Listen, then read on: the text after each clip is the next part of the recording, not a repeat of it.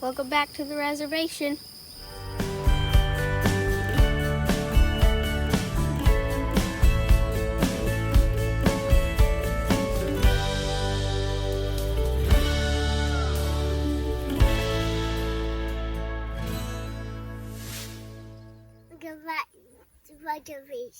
So welcome back to the reservation, Ransom said.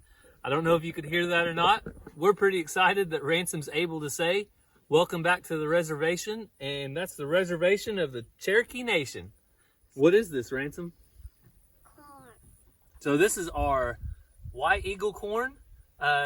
If you remember back a little while back, we planted our heirloom seed corn from the Cherokee Nation, white eagle corn seed. And today's the day that we're going to go ahead and harvest that. And I thought this would be the perfect opportunity to let you guys know about some of the impacts that the recent Supreme Court decision had on us. And us being Cherokee Nation citizens that live in the Cherokee Nation and live on the reservation now here in Oklahoma. So today we're going to go around the farm. We've got some chores to do, including a few things with the animals. We want to pick some of this corn, and we also need to take some tires off to go and try to get those repaired. One for the mobile chicken coop and one for the tractor. So as we go around today, I'm just going to share some of our thoughts on the recent Supreme Court of the United States ruling on the McGuirk case. And really, it was a case, though, that impacted the tribes here in Oklahoma, the Cherokee tribe being one of the 5 tribes that it impacted. Is it too sunny? It's really sunny out here. It's starting to get a little bit hot. Come along. All right, so we're going to start off today gathering some corn. Ransom, you going to be my helper and put it up for us? So I brought a little milk crate out here. You can go put it in the milk crate. I know how to do it. You know how to do it? Ransom said he knows how to do it. All right, well, you just do it, bud. There you go.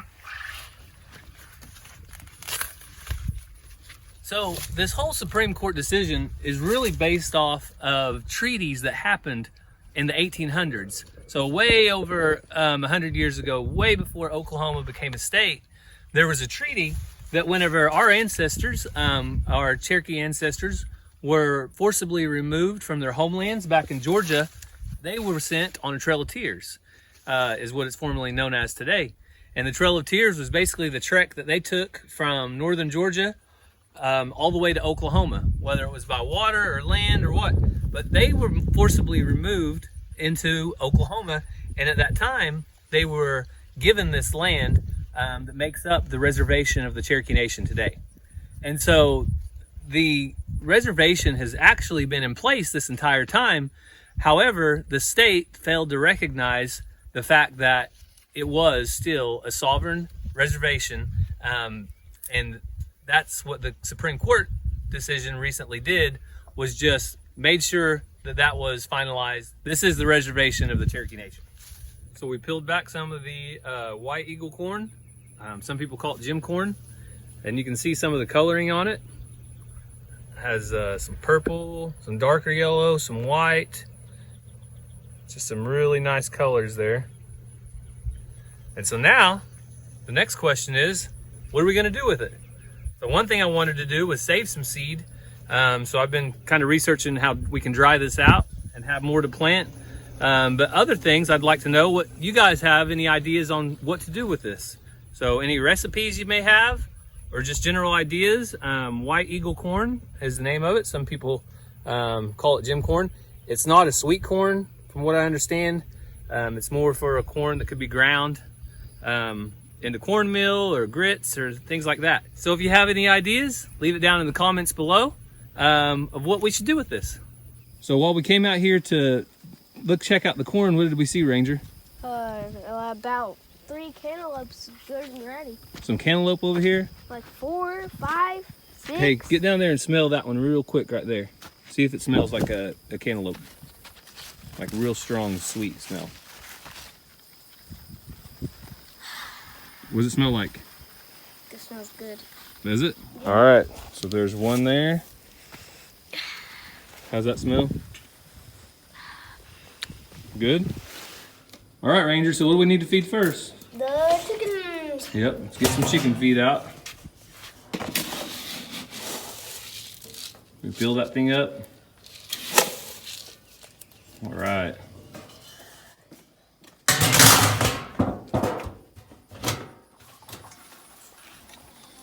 Pour it in the middle of there.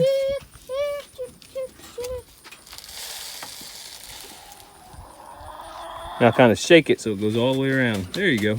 Perfect. Hey, Dottie. Hang on, while I'm in here, I'm gonna check for eggs. Okay. Ranger's gonna check for eggs while he's in there. Might as well. Oh, one's in there roosting right now. Oh. The gray one.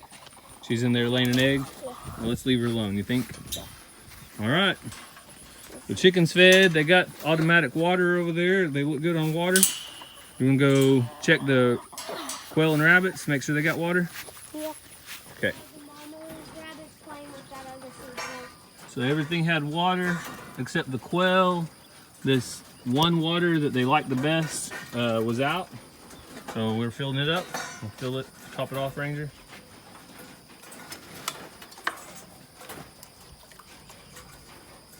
There you go. Perfect. I'll put a little bit more in here. Yeah, the other ones have water in them, but for some reason they really like this type of water right here. That just fills up with water versus the kind they have to move around and pick on. But they have water either way. I'll get a little bit of dirt for them. Oh, you're gonna give them some dirt? Okay. We like to take good care of our animals, the best care we can. Ranger's gonna get a little dirt for these guys. Couldn't find any loose dirt in the garden? No. I didn't see any. Okay. These quail are so funny. You can leave that door wide open. They don't even try to get out, do they, Ranger? Nope. Dutch must have trained them well. Taking dust bath. Good to go. Yep, they're taking a dust bath now. We didn't get the worms. Oh, you gotta take care of his worms. Watch your feet. Don't let you splash your feet. The Rangers, we've been nursing these worms through the summer. And let's see if we can see any right now. They're down there. They're probably all under the pallet. Yeah, whenever there's not water on there, they go a little deeper. So we're gonna go out and check on the cows, make sure everybody's good.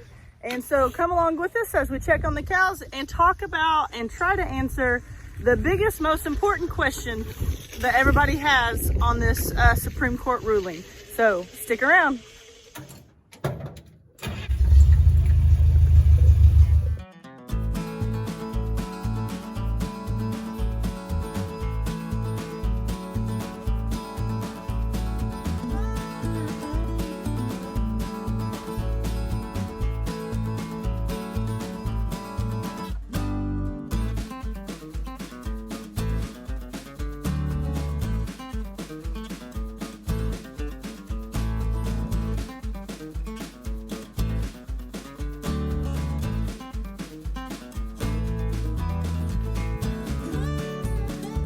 So the biggest question we've heard that people want answered is, did the Supreme Court give away half of Oklahoma? Did Oklahomans lose their land?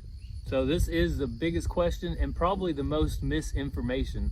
There's been a senator that said the Supreme Court just gave away half of Oklahoma, and that's not true. So the biggest news that came along those lines was more or less fake news, that nobody lost Imagine that. Yeah, nobody lost their land. Anybody that had property rights in Oklahoma, so if you had a lease agreement or you have a ownership of a property or a parcel of acreage, like here we have 60 acres of land, nobody lost their lands. I know that some other YouTubers have addressed it as well correctly. Nobody in the state has lost their land. That's not what this Supreme Court ruling was really about. It was more about, as we just mentioned, the criminal case in Oklahoma, but everybody gets to keep their land. Yeah. And so I hope that people really investigate a little bit and listen to the facts rather than kind of the knee-jerk reactions from people out of the state that don't really have a clue. But Branson, what do you think about it? I wish I can have a four-wheeler. You wish you could have a four-wheeler. You already have a 4-wheeler. You have a dirt bike. Motorcycle. I'm not gonna without that. That's just your size, man. But I'm getting like something to pull. Yeah. You're getting like a tow truck or something? Yeah. We'll Something see to about pull. that. He wants something. He wants some kind of tow truck for his birthday, which is coming up in September. So we'll see what he gets. Yeah, with you and Pop. Yeah. Your birthday is the 15th. Daddy's is the 17th, right? And what's Papa? And Papa's is the 13th. Yeah. So anyway, that's the biggest thing that we wanted to clear up is it's not like when the Trail of Tears occurred in the 1800s and all the stuff that people would work for their homesteads, all the Cherokees that had their homesteads all built out with barns and storehouses for their grain.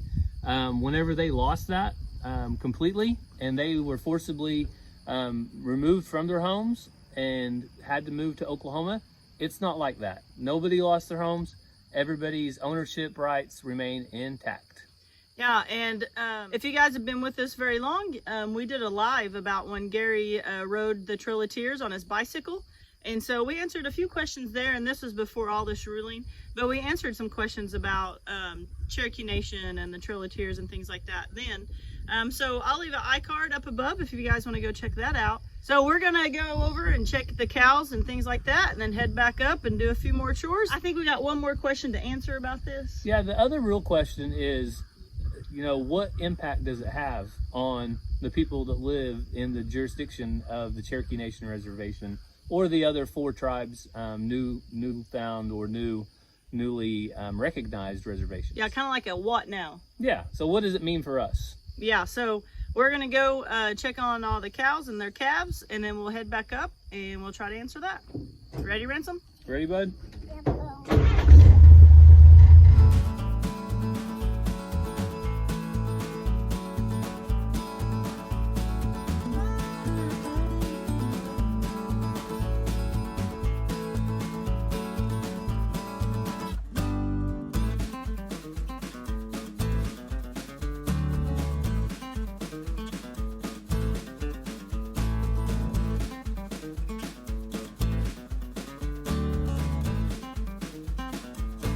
All right, so the first thing we got to do before we can build our chicken coop is what, Ranger?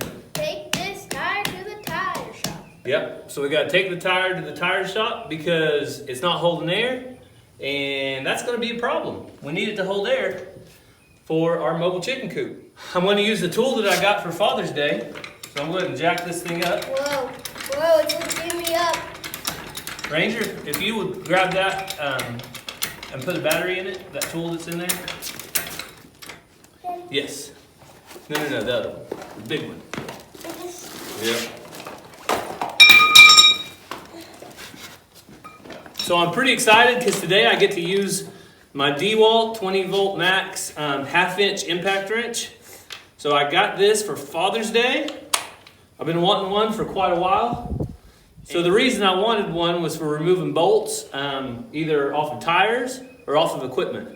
So we're going to give it. This is actually the first time we've ever used it. You think it's going to work? Yeah. We'll find out. Let's see. Oh. Well, if I can get it on there. Is it working?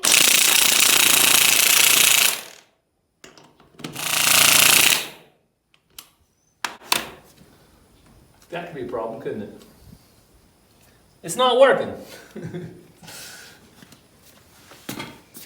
All right, so that was it's got multiple speeds. I had it on the lowest speed, so we're going to put it on the higher speed and see if that helps. You think it'll help? Yeah. Well, I hope so, but if not, we'll just have to get some WD-40 because these lug nuts have been on this thing. Problem solved.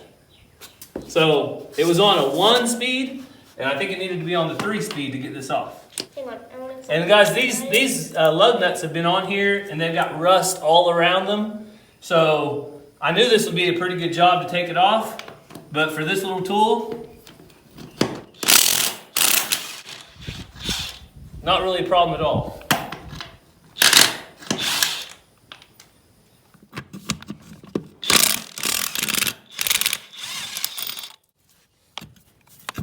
about to fall.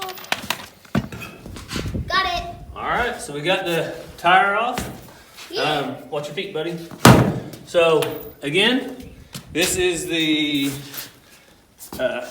20 volt DeWalt Max half-inch impact wrench. So this one came with the 4 amp hour battery, and as you just seen, it didn't have any problem taking these old rusty lug nuts off. So happy Father's Day to me.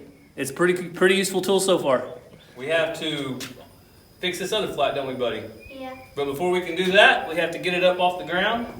So let's do that now.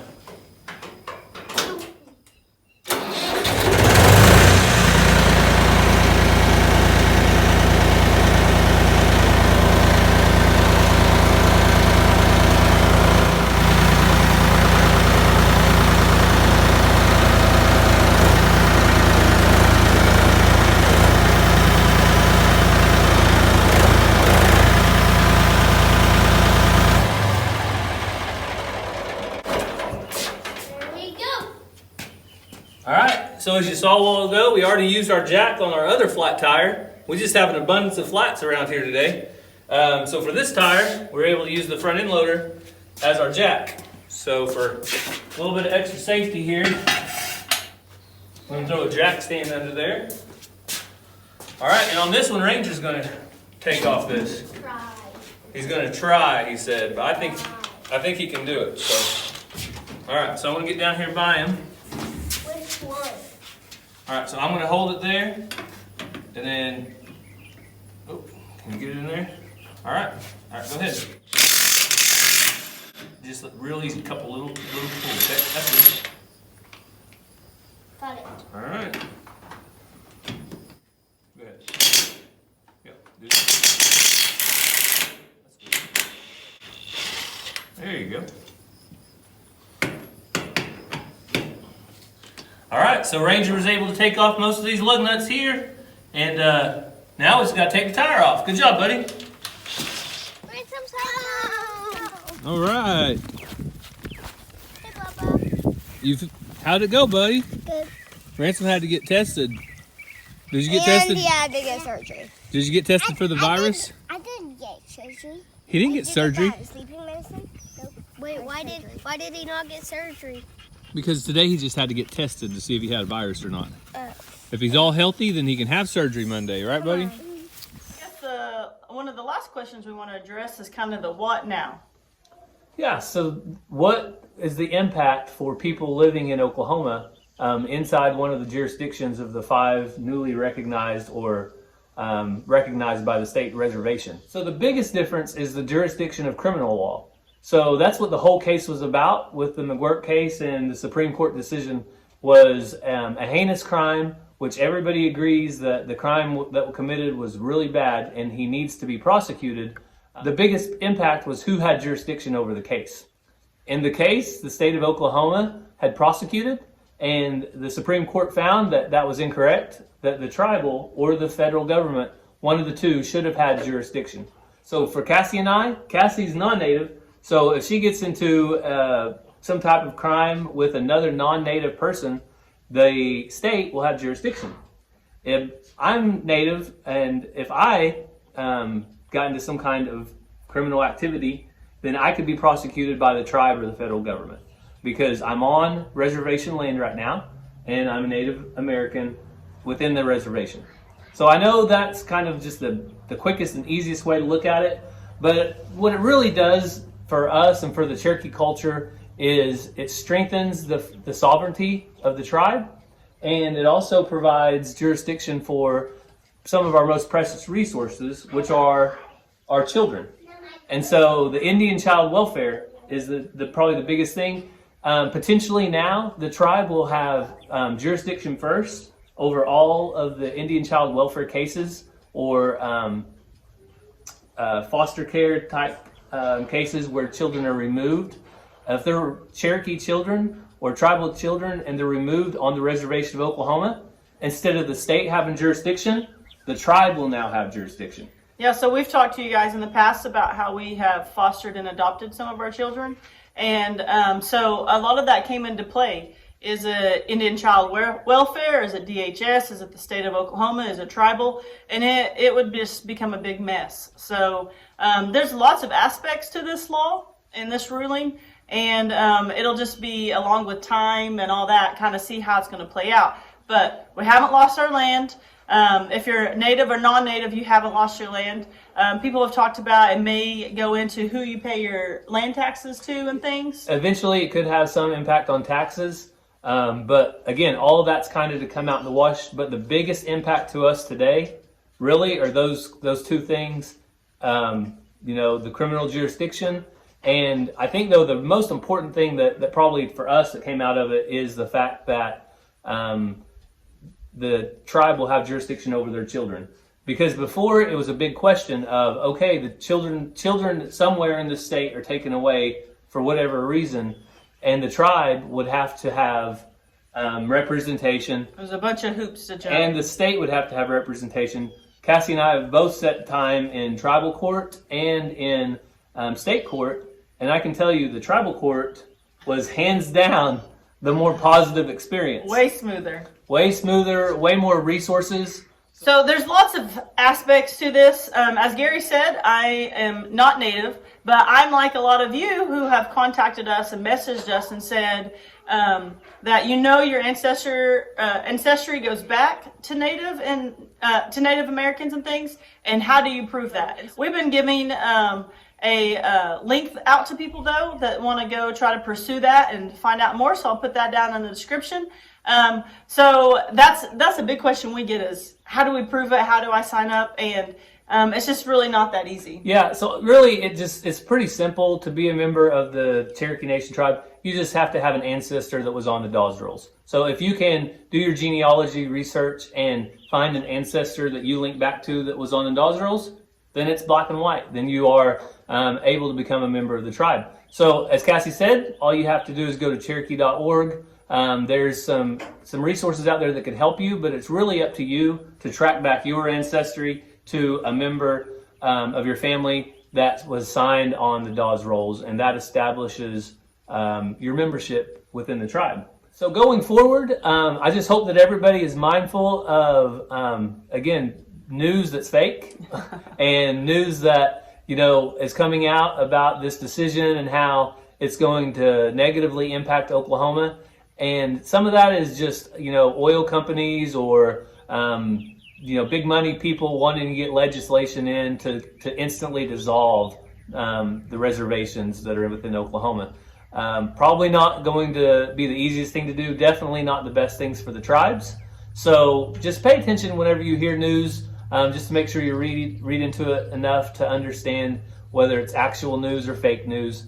And just educate yourself. Yeah, just educate yourself. Find people who maybe do know. Don't just take Google's word. Yeah, and kind of the last thing that this decision has really done is kind of pave the way and strengthen the sovereignty of our tribe, which can provide for the future of our children and the future generations. So that's really important going forward. Is that this, probably the biggest court decision in over 100 years. Has strengthened the sovereignty of our tribe, which strengthens the existence of our tribe and helps preserve things like language, culture, and tribal existence for the next, 1,000 years or however many years that you could see into in the foreseeable future. Yeah, so hopefully this was helpful. We have some more things coming up on the farm to kind of goes back to Gary and the kids' heritage and ways that we try to educate our children about their heritage. So continue to follow along, and as questions come up, we'll try to answer them. So if you have any questions, drop them down in the comments below, and we'll see if we can help them. If we can't, we'll say that we can't too. So yeah, so I hope you guys enjoyed this little video, and we got lots more to do on the farm. We appreciate you guys. We love y'all, and you guys have a great week, and as always, God bless. God bless you guys. Thanks for watching.